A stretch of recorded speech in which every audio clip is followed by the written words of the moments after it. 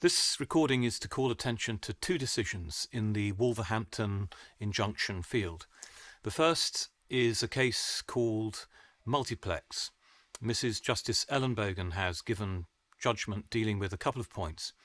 First, a question has arisen about whether it's necessary for an applicant in this type of case to make a formal application for a final judgment using an application for summary judgment or some other form of application which uses the label final to describe the order that results from it. At first glance, it may seem surprising that this question can even arise because the Supreme Court was so clear in Wolverhampton about rejecting the validity of any distinction in this particular field between orders which are interim and orders that are final. Nevertheless, we do keep finding people applying to the courts using the label injunction and the label final, creating the potential for there to be confusion about this topic. Mrs. Justice Ellenbogen has helped to provide some clarification about this. The relevant distinction is not between orders which are interim and orders which are final. It's between orders which are made without notice having been given, because you're worried, for example, about tipping off the would-be trespassers, and orders where notice has been given. In the sense contemplated by the Supreme Court, you plaster the site with advertisements or whatever it is that's appropriate to bring the matter to the attention of people who might be interested in making representations.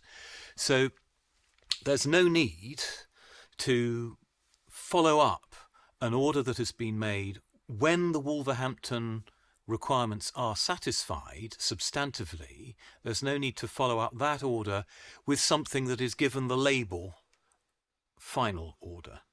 The principle is that the court should be making an order which will come to an end when the need for it has been outlasted by a change in circumstances, and that's why the order builds in machinery for a review.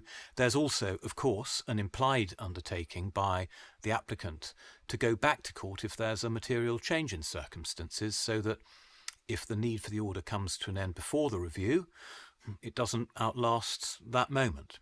So that has been clarified by Mrs. Justice Ellenbogen. Another point that's been clarified is this question about, well, how long or how short must be the period in between reviews.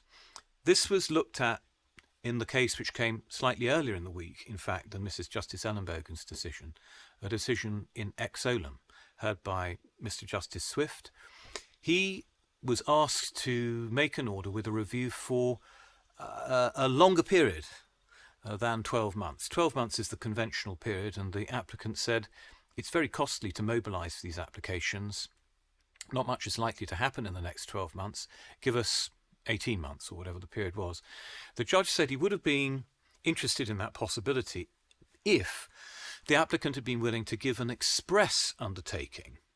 So obviously, in addition to the implied undertaking, spelling it out, an express undertaking to come back to court if it became aware of any change in circumstances in the meantime.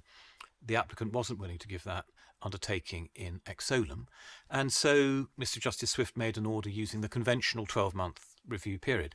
But in Mrs. Justice Ellenbogen's case, the applicant was willing to give an undertaking to apply expeditiously if it became aware of a material change in circumstances, and coupled with that undertaking and the facts which satisfied the judge that there wasn't likely to be a change in circumstances for a period that was longer than 18 months, she made an order in which the next review won't now have to happen for a much longer period than 18 months.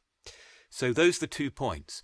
Nothing I've said is intended to be or can be relied on as legal advice. This is just to call attention to 2 cases that it might be worth reading if you're interested in this subject matter when they become available.